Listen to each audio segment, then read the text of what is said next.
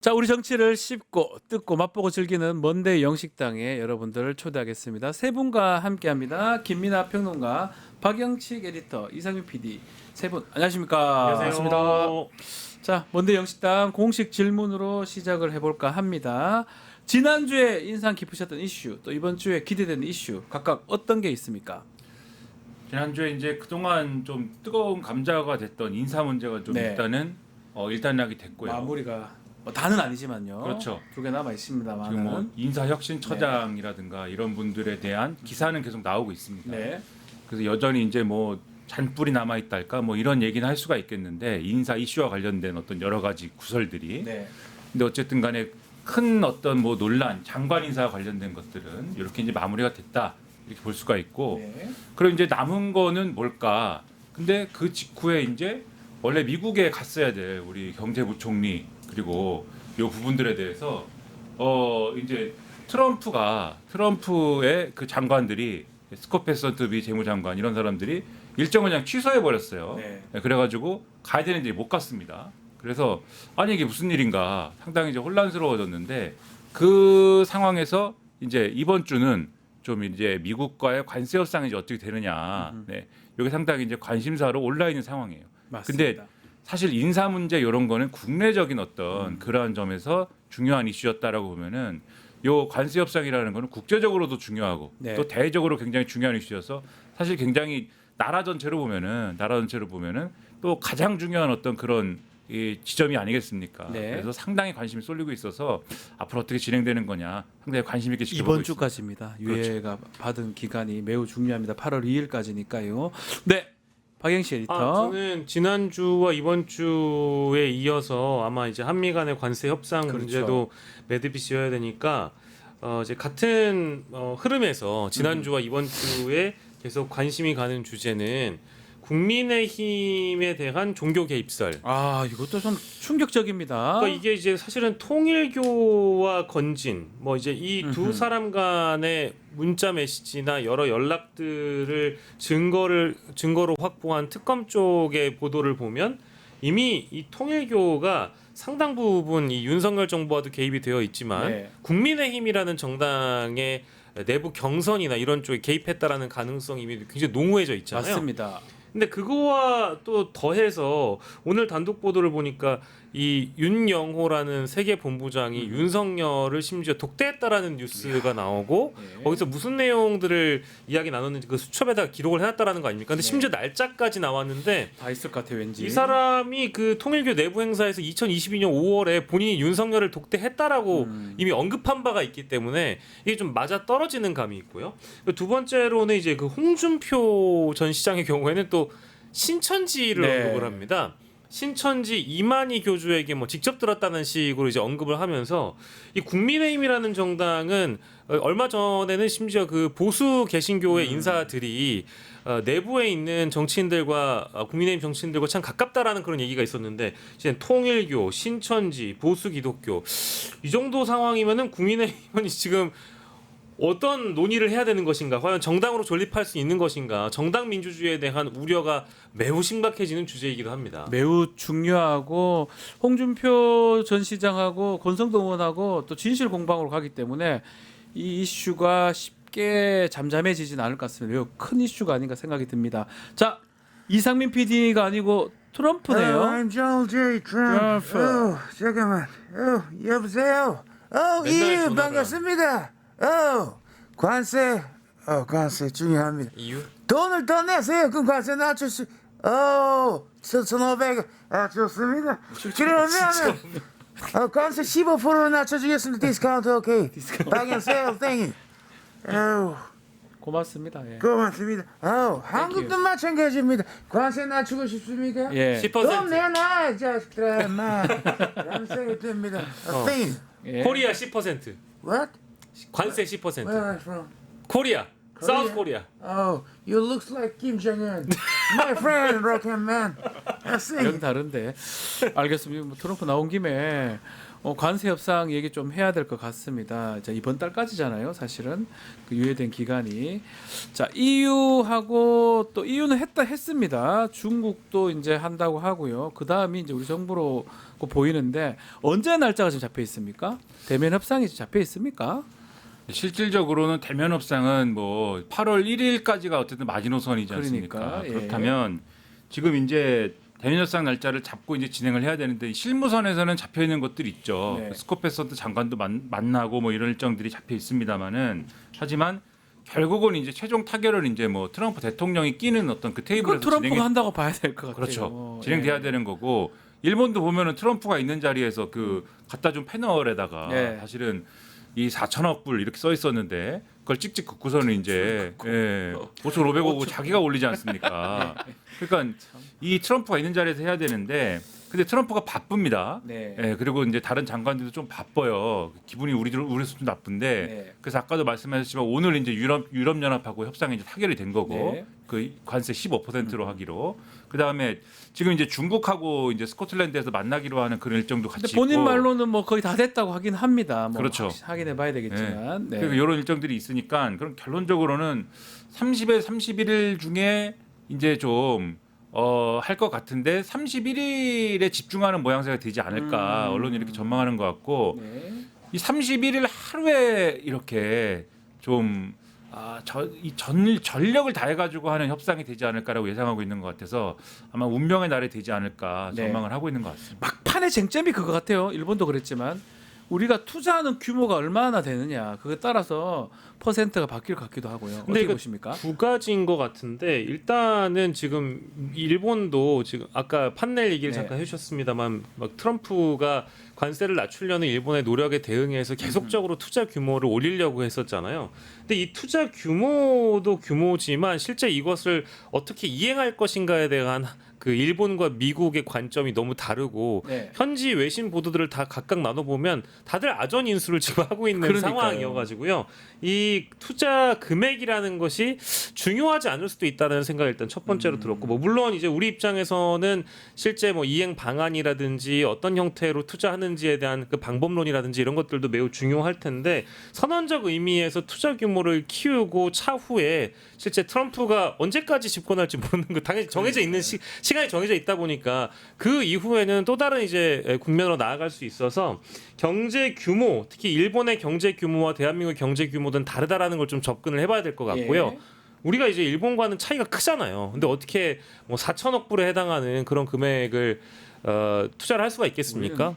못합니다. 그러니까 그 정도는 많죠, 못하기 너무. 때문에 예. 실제 뭐 그 어떤 중간 협상 지대에서 금액을 설정한다고 하더라도 우리가 줄 수 있는 당근이라는 것이 좀 애매모호한 형태로 아하. 좀 제시가 된다라고 한다면 우리도 일본의 사례를 빗대서 트럼프 기분 좋게 만들어주고 협상의 종지부를 찍는다고 하더라도 차후에 모호성을 띠고 이 어떤 협상을 하는 것이 가장 중요하지 않겠는가 그런 생각도 해봤습니다.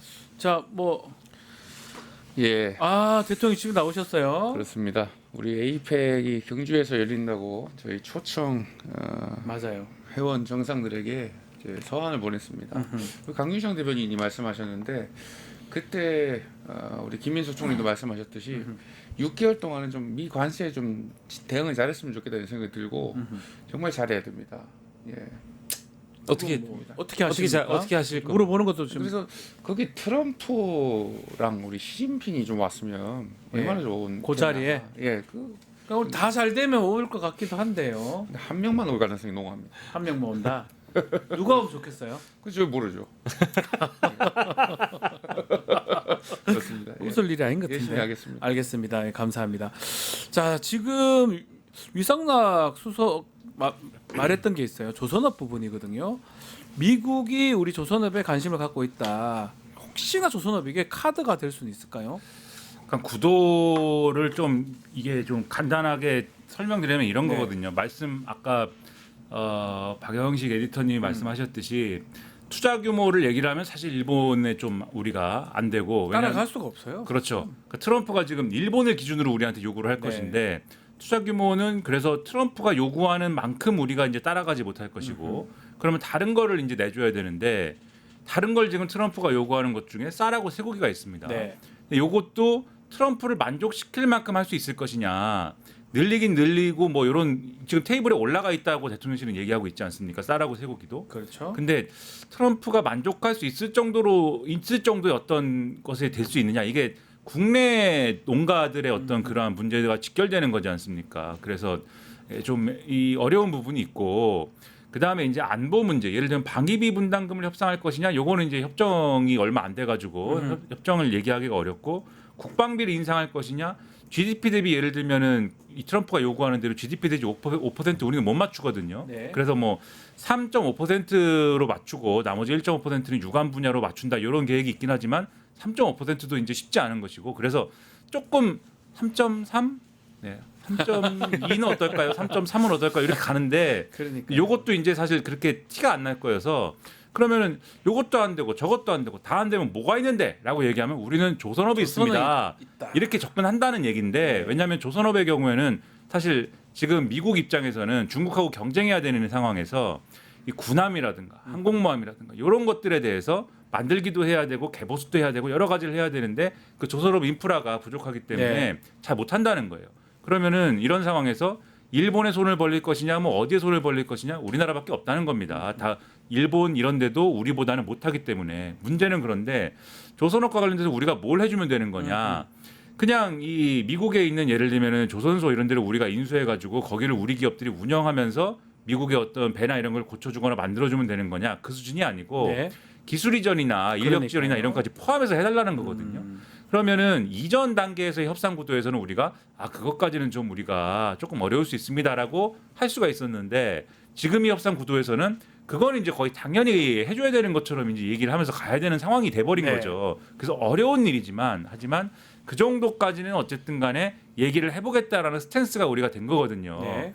근데 이것도 이제 어려운 이 얘기긴 하지만 그렇지만 지금 쭉 여러 가지가 카드가 일단은 있다라는 게 중요한 겁니다. 카드죠. 카드. 그렇죠. 최종 카드라고 그렇죠. 볼 수도 있고요. 그래서 아까 예.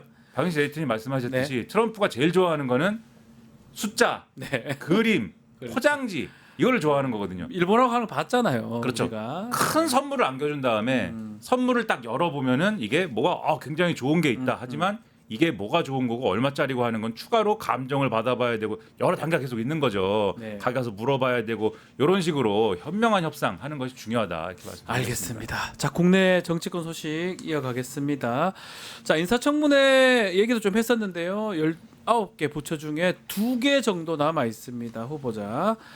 장관 지명 남아 있는데요. 국민의힘은 벌써부터 최희영 문체부 장관 후보자 자진 사퇴 촉구하고 있는데 벌써 이렇게 촉구하는 건 어떤 이유입니까? 글쎄 뭐 일단은 배경이 있죠. 네. 강선우 후보자와 이진숙 후보자가 어쨌든 각각 한 분은 자진 사퇴, 네.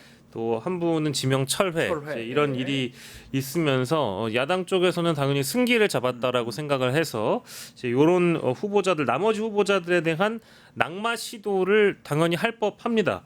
다만 인사청문회 하기도 전부터 계속 자진 사퇴를 촉구하는 그 이유를 보니까 최희영 문체부 장관의 경우에는 지금 뭐 언론에 나온 것만 종합하면 자녀 특혜 취업 의혹이 하나가 있고 또 그리고 영주권을 편법으로 취득했다, 증여세를 탈루하고 대납했다, 부동산 투기 의혹이 있다, 이제 이런 대목들이거든요. 네. 근데 다시 한번 강조하지만 여러 의혹들은 뭐 언론으로부터 제기되고 야당도 제기할 수 있고 이를 검증하는 것은 뭐 당연한 일입니다. 근데 다만 이게 도덕 윤리에 대한 부분, 그러니까 즉 이 국무위원 후보자로서 문체부 장관의 역량과 자질에 해당하는 부분을 검증하기 위한 인사청문회가 되어야 된다는 게 첫 번째인 것 같고요. 예. 두 번째로는 검증을 할 때 하더라도 일단 인사청문회 이전에 이제 이런 문제를 제기하면서 자진 사퇴를 얘기할 게 아니라 청문회에서 공격수로서의 야당의 모습을 제대로 보여주고 실제 그 후보자도 이런 여러 의혹들이 실제 잘 소명이 될 수 있다라면 저는 뭐 무난하게 통과를 할 수 있는 가능성도 있다고 보기 때문에 인사청문회 하기 전부터 자진 사퇴를 요구하는 것은 어디까지나 승기를 잡았다라는 과거에 있었던, 그러니까 지난주에 있었던 두 후보자의 사퇴 문제 때문에 덕분에 야당이 이런 힘싸움을 한다라고 봐야 되겠죠. 그렇게 봐야 되겠죠. 네. 누가 좀 안녕하십니까. 안녕하십니까. 안철수입니다. 제가 언제 그렇게 말했습니까? 우리 그 문지훈 변호사님은 죄송해요. 사퇴하십시오. 예. 정말 형편없습니다. 72주년을 맞이한 6.25 정전협정일도 이 정부는 무시하고 있습니다. 그리고 형편없는 동생편도 없죠. 형편없는 우리 내각에 있는 사람들도 반성해야 됩니다. 이거는 국민의 피를 빨아먹는 뭐예요? 흡혈기 정부입니다. 아이고야. 네. 별걸 다 하시네. 그래서 이재명 대통령은 왜 한마디 안 하지 않는지 뭐요? 뭐라고요? 입니다. 뭐라 그래요? 가만히 계세요. 한잔 하셨어요 오늘? 아닙니다. 물 한 잔 했네요. 아. 요즘에 그 고맙습니다. 철수 형은 듣고 싶어서 행사를 그렇게 고맙습니다. 자주 오셨나요? 하신다는데 그래서 제발 정신 차리시라 말씀드리는 겁니다. 전당대회라서 예. 드리는 말씀이 아닙니다. 그걸 드린 것 같은데요. 고맙습니다. 알겠습니다. 예. 자, 장관 인사청문회 얘기 좀 했는데 김윤덕 국토부 장관 후보자 뭐 비슷한 얘기 같긴 한데 자녀 전세금 재산 신고 누락 의혹 요거는 조금 불거지는 모양새입니다. 이거 어떻게 보십니까? 재산 신고 관련해서. 네. 그러니까 이 전세금을 지원을 해주면서 증여세를 안 냈다 뭐 이런 그 내용이에요. 게 핵심이죠. 예. 보통 이런 경우에는 뭐 이 내용을 이제 해명을 하면서 이게 그 당시에는 이런저런 이제 문제가 있었기 때문에 이 미처 챙기지 못했는데 뒤늦게라도 뭐 증여세를 문제가 있었다라면 납부하겠다든지 내겠다. 또는 이게 뭐 오해가 있다든지 이렇게 해명을 이제 하는 거고. 그래서 이런 해명을 들어보고 아까 이제 말씀하셨지만 인사청문회에서 해명이 이루어질 거 아닙니까? 그럼 이런 해명이 이루어지는 걸 듣고 그 다음에 여기서 이제 인사청문 보고서를 이제 채택을 하니 마니에 문제가 있는 것이고 그렇죠. 그 절차를 통해서 문제제기하는 것이 맞다고 보고 마찬가지로 이제 뭐 아까 앞에서 말씀하셨듯이 요 여러 가지 의혹이 제기될 수 있어요. 제기될 수 있고 거기에 대해서 성실히 이제 소명을 하고 해명을 하고 소명되지 않고 해명되지 않는 거에 대해서 이게 그러면 사퇴할 사안인지 아니면 네. 뭐 세금을 납부하거나 또는 뭐 이것에 대해서 바로 잡을 수 있는 것을 바로 잡으면 되는 사안인지 아니면 정말 이거는 도덕적으로 정말 용납이 안 되기 때문에 이거는 뭐 예를 들면 수사가 필요한 사안인지 뭐 이런 거를 좀 이 일별을 해가지고 대응을 할 필요가 있는 거거든요. 근데 지금 뭐 시작부터 이 얘기가 나온 상황부터 일단 자진 사퇴 이렇게 얘기하는 건 사실은 과거에 이제 야당도 이제 보통 그렇게 했는데 네. 뭔가 분위기가 올라왔다 싶으면 그렇게 했는데 이렇게 하기 위해서 필요한 거는 사실 또 국민의힘이 스스로의 또 어떤 사정이나 이런 거를 그러니까 쉽게 얘기하면은 남을 비난하기 위해서는 스스로의 몸도 깨끗이 할 필요는 있는 거거든요. 항상 보면 그 메신저가 그렇게 딱 좋지는 않더라고요. 주진우 의원이 생각나고. 그렇죠. 예. 그래서 이런 문제 제기를 하는 분들의 예를 들면 재산이라든가 그러니까요. 그다음에 예를 들면 여기 뭐 증여라든가 이런 네. 부분을 또 아마도 걸릴 것 같아요. 네, 뭐 이렇게 갑질 하면은 주장하는 사람이 송원석 대표가 자꾸 얘기를 해버리니까 그게 안 먹히잖아요. 송원석 비대위원장 같은 경우에는 때려버렸는데 그냥. 그 걷어 차버렸는데 그 더 이상 얘기가 필요 없어요. 갑질은 뭐 그런 그 차원 이상일 건데. 그렇죠. 그러니까 국민의힘도 전반적인 당 혁신에 더해서 이런 이제 인사와 관련된 전략을 짤 때도 네. 이런 문제 제기하는 것도 좋고 뭐 다 좋은데 또 인사청문회에서 국민들의 공감을 이끌어내고 국민들을 설득을 할 수 있는 방식을 갖추는 것이 중요하다. 그 말씀 드립니다. 무조건 자진 사퇴 얘기하고 될 게 아니다 이게. 그렇죠. 맥락상으로 좀 또 그걸 잘 할 수 있는 메신저를 좀 선정을 해서 또 얘기를 해야 되지 않을까. 아마 두 사람 다 조금 낙마시키겠다 이런 생각 같은데요. 또 민주당 입장에서는 무조건 이제 더 이상은 안 되겠다. 이렇게 할 것 같은데 어떻게 좀 진행될 것 같습니까? 글쎄 뭐 이제 최희영 후보자와 김윤덕 네. 후보자를 보면 현직 의원 출신은 김윤덕 후보자이잖아요. 현직입니다. 예, 현직 의원 불패에 대해서 이미 강선우 의원의 자진 사퇴로 인해서 자신들이 깨졌어요, 이제 그거는. 자신들이 어떤 공격수로서의 역할을 아주 단단히 했다라고 벼르고 있는 모양인데 김윤덕 후보자의 경우에는 이제 앞선 사례가 있기 때문에 더 대비를 해야 될 것 같고요. 네. 아마도 최희영 후보자 쪽으로 이제 공격을 몰아가는 형식으로 그런 전략으로 이끌어가지 않겠는가라는 생각이 드는데 이런 그 방법이라는 게 사실 내부가 어마어마한 위기잖아요. 지금 국민의힘 입장에서는 어제 윤상현 의원도 피의자 신분으로 수사를 받았고 맞아요. 앞으로 특검에서 국민의힘 의원들이 소환 조사를 받을 가능성이 굉장히 높아지기 때문에 외부로 시선을 돌려서 이제 대응을 하는 이런 방법이라는 게 결국 자신들의 지지층도 결집시키고 결속을 다지는 모습이라고 보고 싶겠지만 그렇게 하고 싶겠지만 그게 과연 되겠느냐라는 데에서는 저는 좀 의문이 있고요. 그래서 지금 민주당에서는 특히 국민의힘의 내부 상황 중에 전당대회가 또 한 축이잖아요. 네.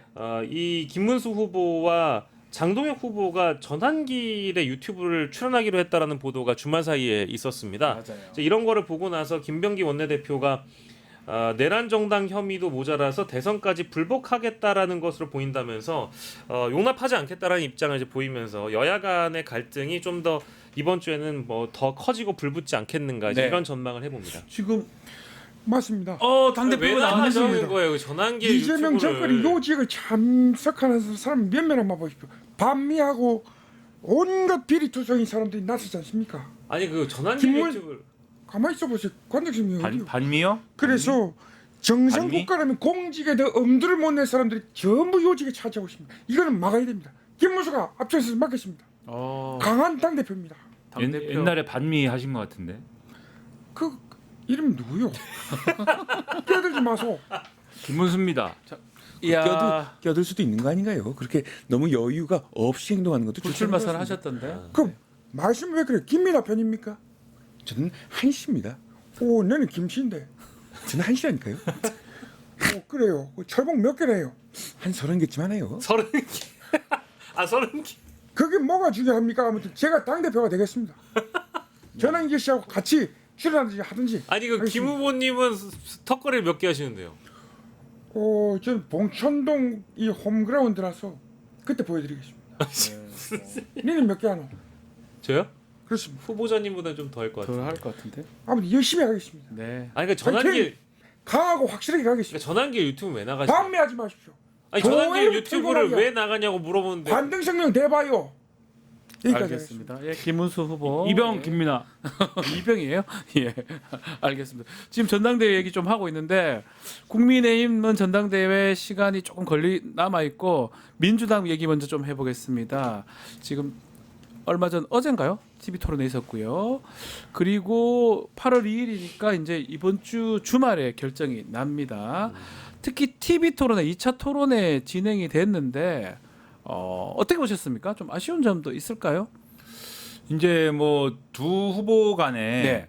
원래는 처음 시작할 때 보면은 이게 지지자들 간의 어떤 신경전 이런 것도 있고 대립구도 이런 것들이 있었지만 처음에 시작할 때는 두 후보 간에 큰 차이가 있나? 네. 이런 이제 물음표가 좀 있었거든요. 예. 근데 중간에 이제 뭔가 차이가 있는 것 같다. 이런 메시지들이 있었습니다. 네. 그게 뭐냐면 정청래 후보 같은 경우에는 더 어떤 선명성, 그다음에 어떤 뭐 이런 좀 강경파적인 면모 이런 것들이 좀 드러났다면 박찬대 후보는 뭔가 그래도 한편에서는 좀 이걸 챙겨야 되지 않겠느냐. 협치 이런 것도 필요한 부분이 있다. 그렇죠. 이런 말씀도 하고 그다음에 뭔가 어쨌든 대통령을 어쨌든 간에 대통령의 통치를 좀 이렇게 커버를 하겠다. 이런 메시지에 방점을 찍는 이런 것들이 보였고 인사 문제에 대해서도 정청래 후보 같은 경우에는 예를 들면 강선 후보자 좀 감싸는 네. 이런 이제 모습으로 갔다면 박찬대 후보는 좀 이 누군가는 얘기해야 되니까는 내가 얘기하겠다. 좀 물러나야 되지 않느냐 이렇게 간 거 아닙니까? 그래서 뭔가 차이가 있나 보다 했는데 이 토론 같은 경우에는 다시 또 이제 이 싱크로율이 높아져서 서로 이제 뭐 거의 거의 일치하더라고요 메시지가. 유사합니까? 네, 심지어 이제 정청래 후보가 뭐 이제 하겠다고 하니까 박찬대 후보가 그거 법 발의하면 알려달라 같이 발의하자 이렇게도 얘기를 하고 뭐 그런 모습 보여줬는데 아마 막판에 오니까는 이 당원들이 요구하는 어떤 그 네. 방향이라는 게 굉장히 확인이 어느 정도 됐고 그 방향의 코드를 맞추는 이런 부분에 있어서는 두 사람 다 뭐 시각이 다르지 않은 거기 때문에 이런 결과가 나오지 않느냐 이런 생각이 들고 아마도 흐름으로 보면은 이런 당원들의 이런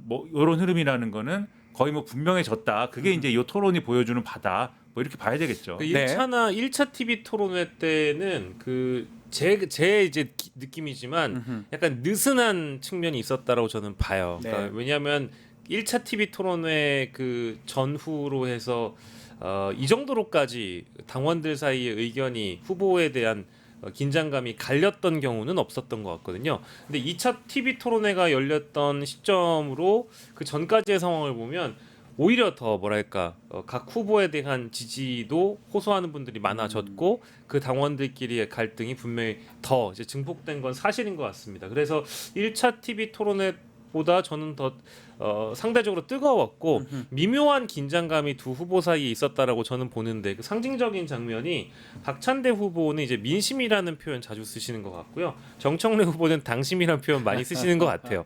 그리고 실제로 장점을 이제 박찬대 후보에게 이제 물어봤는데 네. 박찬대 후보가 정청래 후보의 장점에 대해서 굉장히 이제 그 톡톡 쏘는 맛이 있고 공격수로서도 매력이 있는 정치인이라고 얘기하면서 당심이라는 표현을 직접 언급을 합니다. 정청래 후보를 향해서 이제 그런 걸 보면 일정 부분 어떤 선거 전략이 짜진 것 같아요. 박찬대 후보는 민심이라는 걸 강조를 하고 또 우리 정청래 후보께서는 당원이나 당심을 강조를 하면서 이 결국 이 어떤 선거의 룰을 봤을 때 55대 30대 15 아니겠습니까? 네. 이제 이 비율을 보면 정말 이제 나중에 전당대회 실제 열리고 나서 언박싱을 개표 결과를 봐야 알겠습니다만은 열어보면, 네. 과연 이제 원사이드하게 특정 후보에게 갈 수 있는지는 저도 굉장히 궁금해지는 뜨거운 대결이기도 합니다.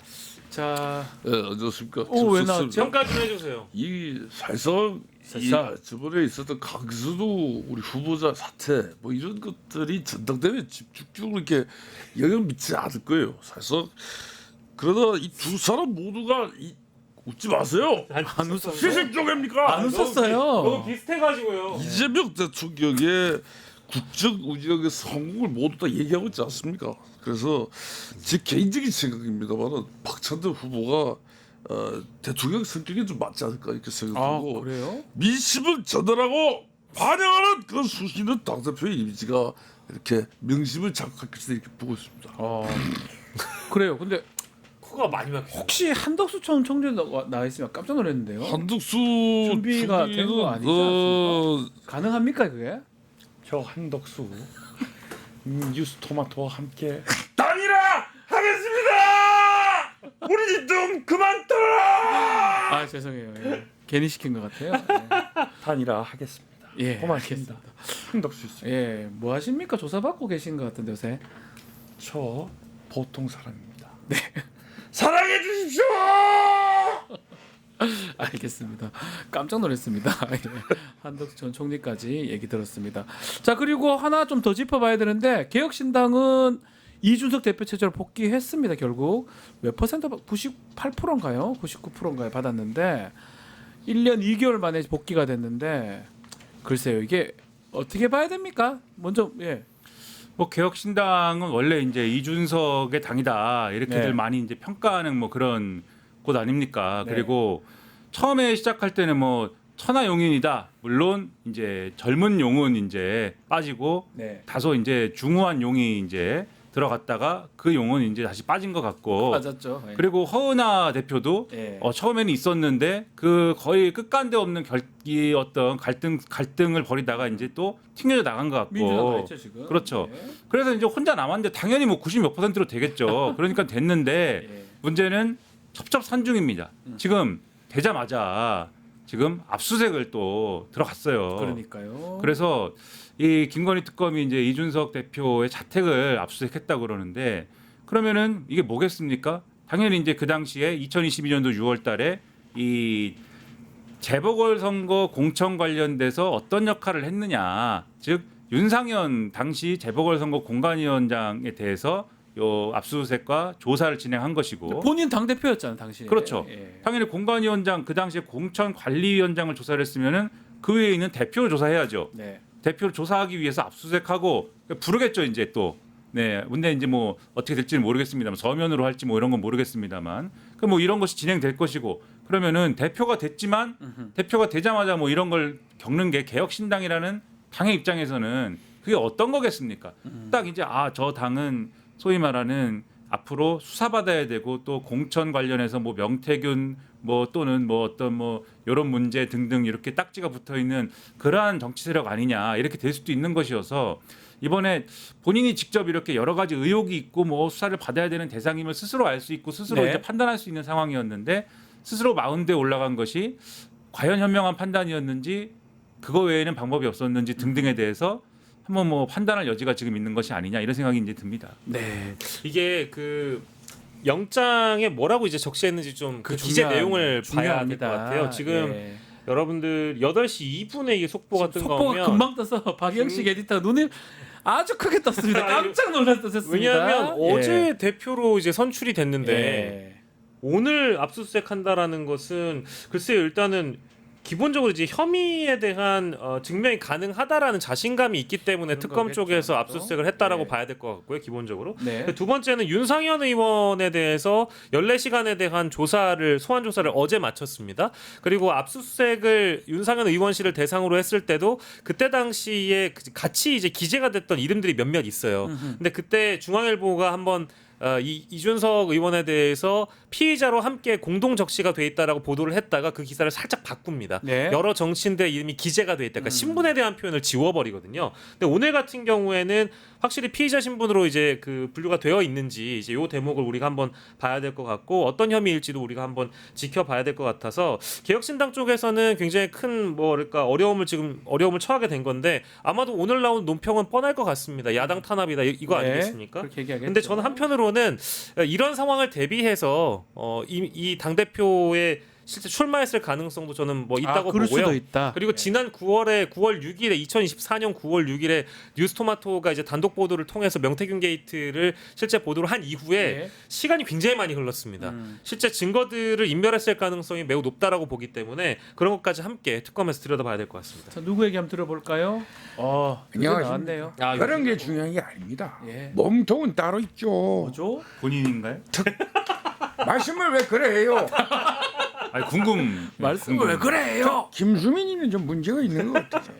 특검이 윤 전 대통령의 공천 관여 행위를 정당법 위반으로 수사했어요. 네, 맞아요. 그거는 이제 과거에 윤석열, 한동훈 이 두 톱조에 의해서 수사를 했던 박근혜 사례가 떠오릅니다.